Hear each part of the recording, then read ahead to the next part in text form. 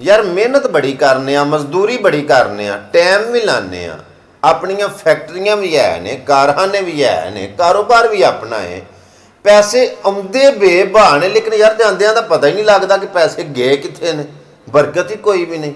आओ अज मैं तुहानूं एक कुलिया दस छड़ना, घुट के पल्ले बन लो, की सारी जिंदगी याद करोगे कि किसी फकीर ने मशवरा दिता सी।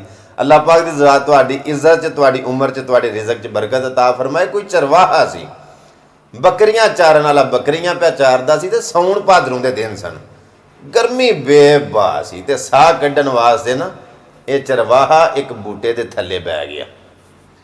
ये बूटे दे थल्ले बह के साह पिया लैंदा, ते उधरों एक ना मुसाफर आ गया, ते वो राही जिहड़ा ना वो भी इस चरवाहे दे कोल ही बह गया साह लैण वास्ते ना। ते किसी भी बंदे कोल बहिए तो कोई ना कोई गल तो हिलानी हुंदी है ना, ते पुछण लग गया भा जी सुनाओ किवें दा निज़ाम चलदा पिया, किवें दा मेरा मतलब है गुजर बसर हुंदा पिया। ते चरवाहा अगों जवाब देंदा इस मुसाफर नूं भी अल्लाह दा बड़ा शुक्र है, बड़ी खैर, बड़ा करम है, बड़ा सोहना टाइम पिया लंघदा। ते उस आख्या किन्ना कर माल रखिया है, मतलब किन्नियां क बकरियां रखियां अजे। ते चरवाहा आखन लगा भी मैं 12 बकरियां रखियां ने।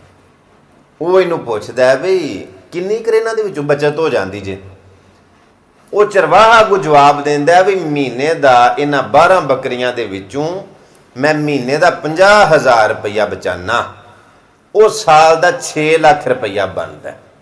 उस आख्या माशाअल्लाह फिर तो बड़ा अल्लाह दा करम है। उस आख्या मैं हाँ ना पे अल्लाह दा बड़ा शुक्र है, बड़ी खैर है।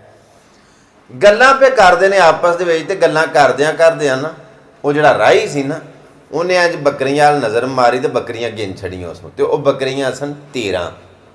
आंदा भाई तुसीं आंदे सो बकरियां मेरे कोल 12 ने, ते ऐ ते 13 ने।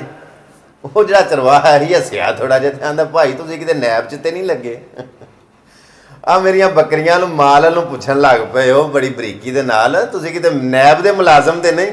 वो आंदा नहीं नहीं मैं उंज ही तुहाडे कोलों सवाल पुछ लिया वे, खौतरी गल कीती है भी तुसीं आंदे सो 12 बकरियां ने, ये ते 13 ने।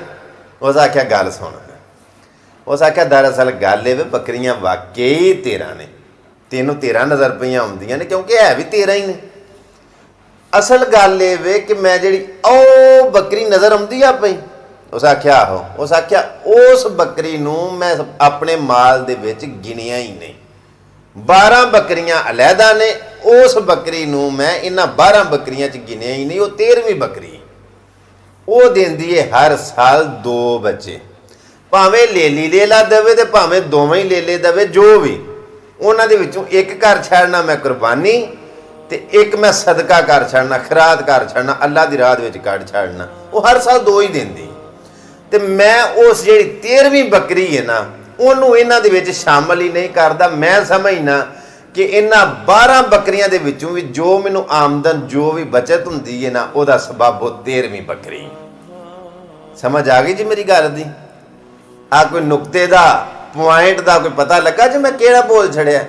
उस आख्या जिहड़ी 13वीं बकरी है ना मैं उन्होंने इन्हां 12 बकरियां दे विच शामिल ही नहीं कीता। ते मैं समझना जिन्नी आमदन है, जिन्नी बचत है, जो भी रुपया पैसा जो कुछ भी मैनू बचदा ना उस 13वीं बकरी दे नाल जो मैं करना ना उहदी वजह तो ही ये बचदा है। वो 13वीं बकरी इन्हां 12 दी मुहाफिज है।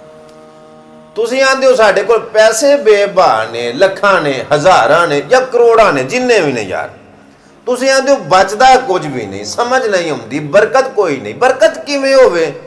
सांभ सांभ के माल नूं, सांभ सांभ के रुपइयां नूं, गिण गिण के पैसिਆਂ नूं सांभ सांभ के रखना, कि मतलब किते घट ना जाण, किते भुर ना जाण। ते पैसे सांभ सांभ के लोग रखदे ने कि कल नूं किते वाधा घाटा हो गया, कोई मुसीबत पै गई, ते पैसे साडे काम आउण दे। ओ खुदा दिओ बंदिओ, ये माल, ये दौलत, ये रुपया, ये पैसा इहो तुहाडे वास्ते मुसीबत बन सकदा है। इनू अल्लाह दी राह दे विच खर्च करो ते तवक्कल करो। जो तुसीं अल्लाह दी राह च खर्च करोगे और अपना ईमान इस गल दे उत्ते रखो कि यह पैसा असीं अल्लाह दी राह दे विच खर्च करने, अल्लाह दी राह दे विच कढ छड्डने, हो सकदा साडे ते मुसीबत आवे ही ना, ते नहीं आउंदी।